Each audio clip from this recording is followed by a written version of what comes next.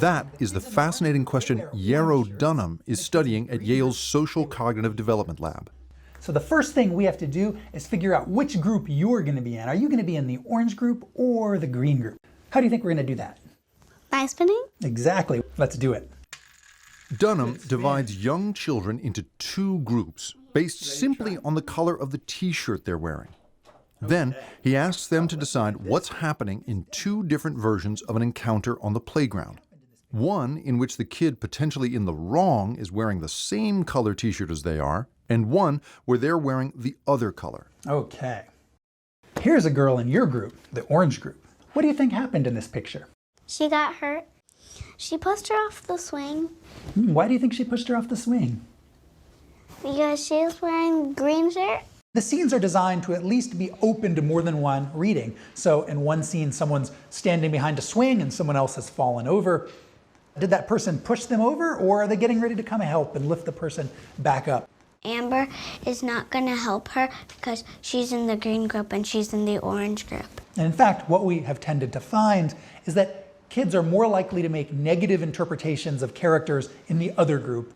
What do you think happened in this picture? Randy stole the dollar from his pocket when he was like, and my team was like, and are also seemingly a little more likely to make positive interpretations of members of their own group. What do you think Randy's going to do next?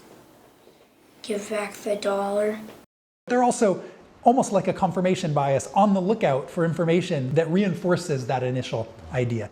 I sometimes think of it as the effect of mere membership. That's all it is membership in a group. There's no information beyond that, other than that it's your group. Because she's in my group? Who do you think really wants to give you candy? That one. He's rude, he just pushed him off.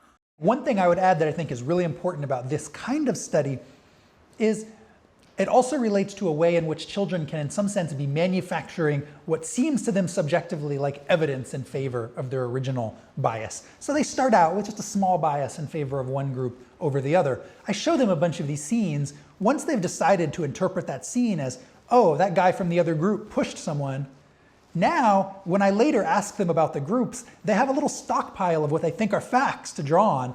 Oh, well, members of that group are just mean. They're pushing people over all the time, right? They're stealing people's money. So now they have essentially evidence in favor of their bias, and you can imagine this now leading them to think even more that that initial bias is justified. So their brain is using the information at hand, treating it as fact, but really just constructing something to support their bias. Exactly. And I would assume that over time, right, as the years go on and we become adults, that's right, you do that enough times and it begins to really feel like the truth. I think you have to think about it essentially iterated over hundreds of experiences across our life, right? Again and again, you see your in-group through a little bit rosier glasses, and over time, the accumulated weight of all of that is a very entrenched view of your own group as positive.